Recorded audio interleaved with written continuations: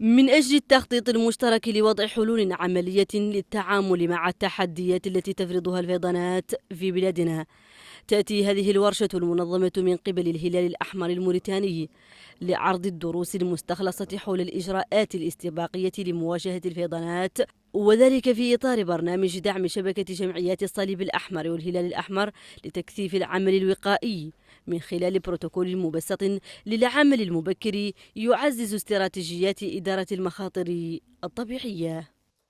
من خلال هذا البروتوكول المبسط للعمل المبكر نسعى إلى وضع أسس قوية تتيح لنا التنبؤ بالأزمات قبل حدوثها والاستجابة الفعالة لتقليل الخسائر في الأرواح والممتلكات. كما نأمل أيضا إلى تحسين التنسيق في مختلف الجهات مع مختلف الجهات المعنية بما في ذلك السلطات الإدارية والمصالح الفنية المختصة والمنظمات غير الحكومية والقطاع الخاص، مما يعزز قدرتنا على التعامل مع هذه المخاطر بشكل فعال.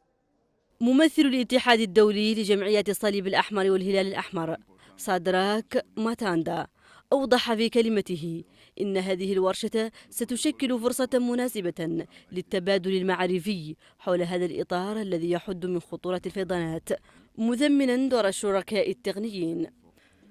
الورشة تخللتها نقاشات وعروض حول كيفية دمج الإجراءات الاستباقية بشكل أفضل أمام التحديات والثغرات والفرص المتاحة التي تواجه هذه الإجراءات الاستباقية.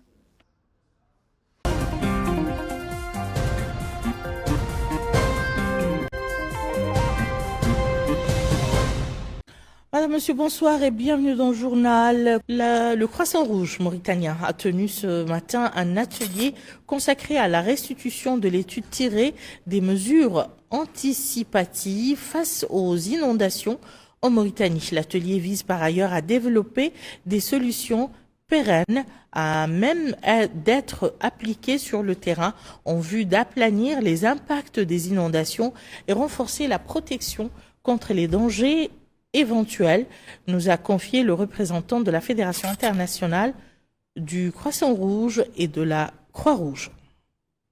Nous allons parcourir les étapes que nous avons fait ensemble. Nous allons regarder ce qui a réussi, ce qui a amélioré.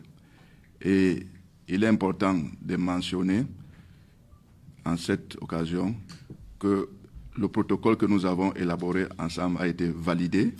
Et ensemble aussi, il est important de préciser que 2026 s'annonce sur de très bonnes augures. Nous n'avons pas évoqué notre protocole sur la sécheresse, mais qui est aussi sur le point d'être validé et qui sera validé en 2026. Ce qui fera que notre pays, ici à ce niveau, au niveau de la RC, nous aurons deux protocoles, un sur les inondations et un sur la sécheresse. Merci, Madame, Monsieur, de nous avoir suivis. À très bientôt, Inch'Allah, et bonne année.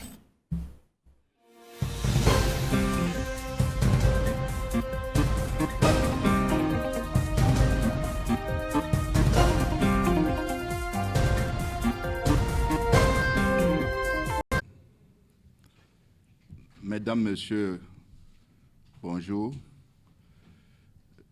Nous vous remercions d'être présents ici ce matin, surtout en cette veille de la dernière journée de 2025. Cela démontre l'importance que vous accordez à notre initiative sur les actions anticipatoires au sein du mouvement Croix-Rouge en général et le Croissant Rouge en particulier. Ce qui nous réunit ici ce jour, c'est, comme vous avez vu dans tous les banderoles, les leçons apprises, donc une rétrospection de ce que nous avons fait ensemble. Pour ceux qui sont là dans la salle, il y a un an exactement, nous étions là pour lancer cette initiative sur les actions anticipatoires sur les inondations. Donc ensemble, nous allons parcourir les étapes que nous avons fait ensemble. Nous allons regarder ce qui a réussi, ce qui a amélioré. Et il est important de mentionner en cette occasion que le protocole que nous avons élaboré ensemble a été validé et il faut déjà vous féliciter en tant que membre du groupe technique qui ont participé à cet effort-là. Cet effort est si grandiose que la Mauritanie est le premier pays de notre cluster, parce que nous couvrons 4 pays, le Cap-Vert, la Gambie, le Sénégal et la Mauritanie, mais c'est en Mauritanie que nous avons eu ce premier succès-là en cette 2025. Et c'est votre contribution qui a été d'un apport majeur.